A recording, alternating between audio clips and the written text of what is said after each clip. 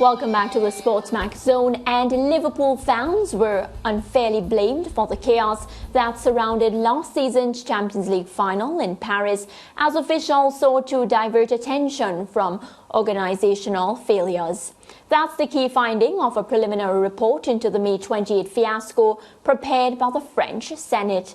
The Senate heard from Red supporters along with French police government officials and UEFA's events director, Martin Calin.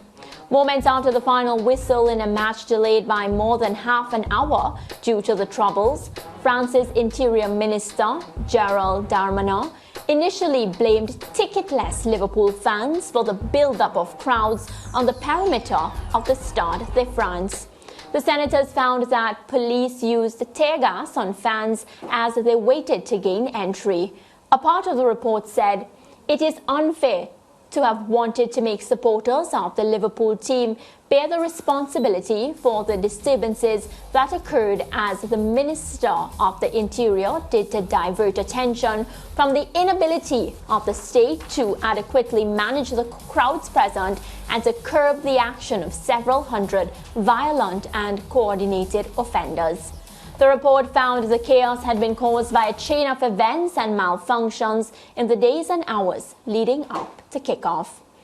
It continued the systems put in place had major shortcomings with regards to the intelligence, the transport routes for supporters, and insufficient communication. They go on to say it is not only in the execution that problems arose. Upstream, the crisis scenarios were insufficiently worked on and did not demonstrate the necessary flexibility in the face of so many unanticipated events.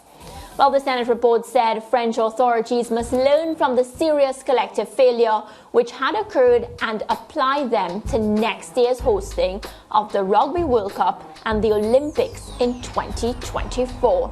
So George and Lance, not a good look for France, especially because they have some serious events coming up. And I mean, we were affected, and I should say that because we were on the I was on the Champions League broadcast for this year, and you know, the viewers were getting extremely restless where I was in Port Royal. Of course, we had to explain to them that the delay had nothing to do with us, but instead France was a lot of chaos, reports coming to hand. I mean, I remember it as if it was just yesterday.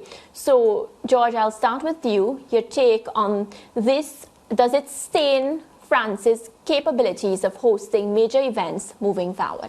Well, you know, what it does is show, I think what we saw has to do with Brexit. Britain's exit from the European Union and how much of elite Europe were against that move.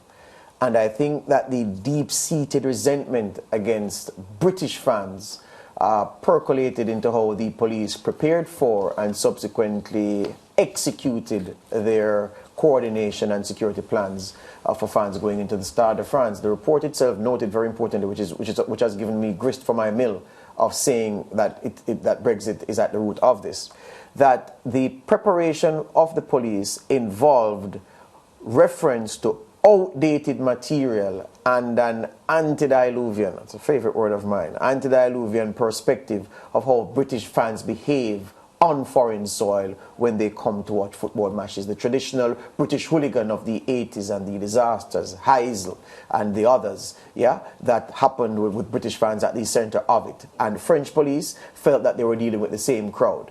There was there was insufficient, according to the report, a preparation based on modern policing methods for modern behaving football fans. They went to smite the typical British hooligan on the match day, when it is that these fans were not the typical British hooligan. They weren't hooligans at all. They were just fans of Liverpool wanting to get into the Stade de France in Saint-Denis to watch their team play Real Madrid.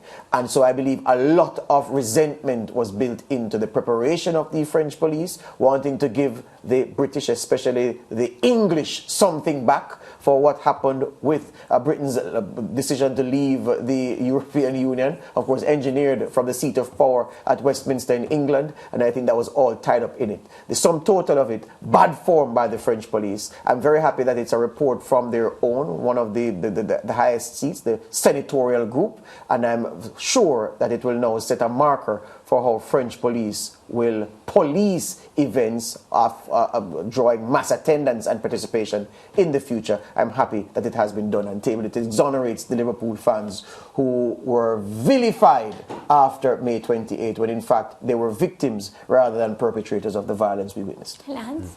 Well, I think it's significant that George is happy that Liverpool fans are exonerated, because usually George has a different stance. I like the point he made earlier on, though, about the report being prepared by the French Senate. Yes. We've seen situations like this in the past where the public has a problem trusting a report coming out, because a lot of these things are political and people will begin to posture to try to defend what would have happened. But for the French Senate to come up with a report saying this speaks volumes, and it is a very, very positive position to me taken by, on accounting for something that was disastrous and absolutely embarrassing, because, the UEFA Champions League is considered the best club football tournament in world football. There are people who think that the UEFA Champions League is better than the World Cup. Yeah. And it was a magnificent stage to advertise football. And because of what happened, it left a very sour taste in everyone's mouth. I remember a lot of high-ranking British officials, George and Mariah, who were very, very offended by those comments coming from the French police. And for the French Senate to be reporting, as they are now, that it was an organizational disaster, and taking responsibility as French people for the fiasco, I think is very big on them. And team, do you all expect that, they will cross their T's and dot their I's moving forward, because there are two major events, and we have to accept that, people will be looking very, very closely at them and how things unfold. Yeah, politically, the damage that has been done by this is unacceptable and will not be accepted in France. They'll do better, especially because the audience is coming for the other two events. The world is coming for the Olympics, and the rugby tournament is going to be multinational as well, so they'll be fine. But I just want to say two quick things here. That, the attitude of the French police towards the British fans of Liverpool was a pre-packaged, premeditated approach, I believe, especially because of what they saw English fans, British fans do at Euro 2020. Yeah. Let's not forget, the English fans spoiled their own party with their boorish and hooliganish behavior. Yes. So I think the French police scarred by that said, oh, see, typical hooligans we're dealing with. And they thought their position would be believable. Exactly. Yeah. And the other thing is, and this is where I'm going now, the media has a role to play in events like this. When events like this happen, the media always comes quickly to the responsible authority for a quote. It is not wise in the aftermath, in the immediate aftermath of something, when the emotions are raw, you don't have good information yet to be pronouncing and giving a verdict as to what you know the problem would to have be. to do that still. No. So, but that's what I'm saying. Look, even though I am saying that it's not wise for those on the other side, as a man in the media, I would always ask the question as to what happened, and I'd expect to know. What happened? But I'm saying, rather than give a holding statement, those who spoke to the media from the French side gave a definitive answer as to what the problem was, saying it was the fans and they did this and they did that, which has been proven to be a lie, and which was problematic then and throughout the time that we've been considering these things, because the fans are saying, but what we did was we did nothing wrong. Right. A part of the excuse that they said, as expressed in the report, that the QR code, so you buy the ticket online, you get the QR code that you scan and have on your phone. You go to the entrance, man or woman with a device scans the thing, and you go in. They say, oh, well, the QR code reader couldn't work because the fans disobeyed instructions to turn their Wi-Fi on. That's rubbish because the QR code is not Wi-Fi dependent. No, it's just a scan. All of us have been in airports where you have your QR code on your phone and you may not have the airport Wi-Fi just yet. You punch up your QR code, boop, you're admitted on the plane or through. QR code doesn't work with Wi-Fi, but again, you're trying to find a way to blame the fans to say it was their fault. They didn't turn on the Wi-Fi. That's why the QR code didn't work. A man and his wife, one story, a man and his wife going through, bought the tickets the same time with the same credit card. They got their QR codes. Man scans his phone, bloop, goes through. Wife comes, scans her phone, nothing.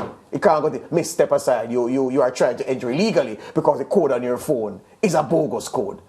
That's what people experience in the thing, and the French have a lot to answer for, egg on their faces, and I hope they learn from the experience. What I think was also very efficient is there were a lot of other media personalities at the event, of course, because they were there to cover stories for their media houses and whatnot, and they were breaking the news on Twitter, George, so it had like a couple of them that I follow were basically saying from inception that what was being reported at that point, because I remember when it was time to start the broadcast for SportsMax and, we couldn't start and whatnot, and of course, we have sponsors and we have to come on and say something.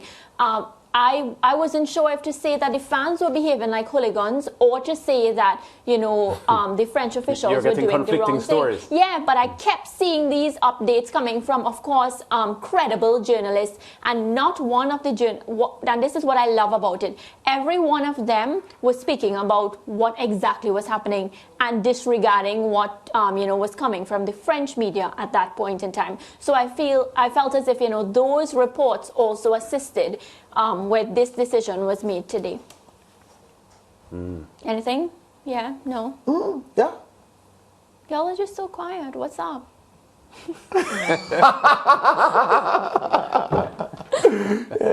It's okay to say break time, right? We won't fight. Oh, it's break time? Yes, it is. Oh, I didn't realize I was talking. Break time.